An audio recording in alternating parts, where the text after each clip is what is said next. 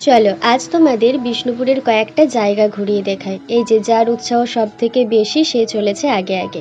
আমি, দিদি আর আমার বোনপো গুড্ডু তিনজন মিলে গিয়েছিলাম বিষ্ণুপুরে একটু পুজোর জন্য জামা কাপড় কিনতে। তো গুড্ডু যেহেতু এর আগে বিষ্ণুপুর আসেনি, তাই ও বললো যে মাসি চলো একটু চারপাশের জায়গাগুলো আমাকে ঘুরিয়ে দেখাবে। প্রথমেই চলে এসেছিলাম রাসমঞ্চে, কারণ ওখানে এসে প্রথমে টিকিট কাটতে হয়, সেই টিকিট নিয়েই বিষ্ণুপুরের সমস্ত জায়গাগুলো ঘুরে দেখা যায়।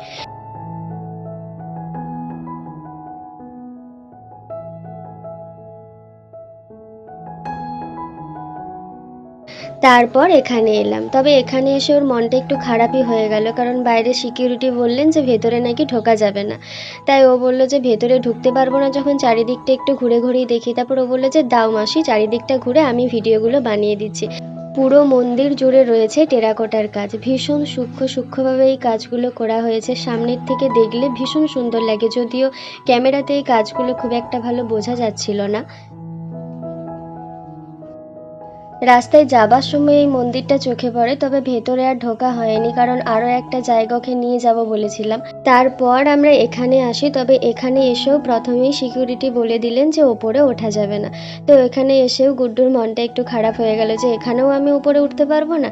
আর আমি আর দিদি ওকে বলছিলাম যে উঠতে দিলেও তুই এই এত উঁচু জায়গাটাতে উঠতেও পারতিস না, সেটা নিয়ে আমাদের সাথেও একটু তর্কই করছিল।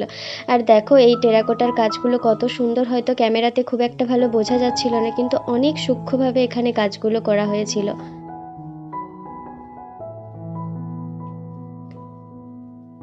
এখানকার বাইরের একটা দোকান থেকে আমরা কিছু পোড়ামাটির জিনিস কিনেছি। আচ্ছা তোমরা আমাকে একটা জিনিস জানিও তো, যে বাড়িতে কোনো কালীর মূর্তি বা দুর্গার মূর্তি রেখে কি পুজো দিতে নেই? এটা অনেকেই বলছে, আমি জানি না, যদিও তোমরা জানলে আমাকে প্লিজ একটু জানিও, কারণ আমি ওখান থেকে একটা মাটির মা কালীর মূর্তি এনেছি। আমি বাড়িতে আনতে মা জেঠিমারা সবাই বললেন যে হ্যাঁ এরকম দুর্গার মূর্তি আর কালীর মূর্তি নাকি রেখে বাড়িতে পুজো দিতে নেই।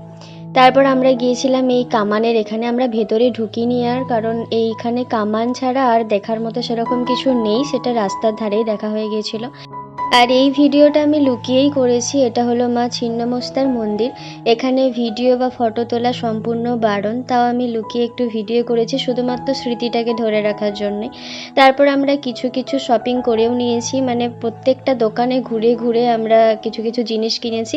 এখন যাচ্ছিলাম দিদির একটা শাড়ি কিনতে কনিষ্কতে।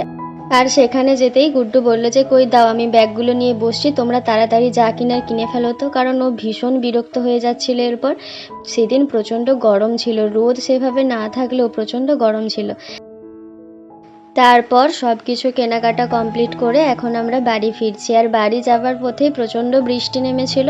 তারপর আবহাওয়াটা একটু ঠান্ডা হলো, যাক তারপর একটু স্বস্তি পেলাম অবশেষে, নইলে সারাদিন এত গরমের মধ্যে হাঁটাহাঁটি করেছি, ঘুরেছি প্রত্যেকটা মানে কতগুলো যে দোকান ঘুরেছি তার কোনো ঠিক নেই।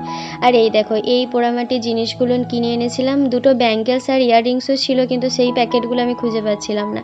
আর এই এত শপিং করেছিলাম এখানে, যদিও সব কিছু আমার নেই, দিদিরও আছে। তো চলো আজকের মতো বাই, দেখা হবে নেক্সট কোনো ভিডিওতে।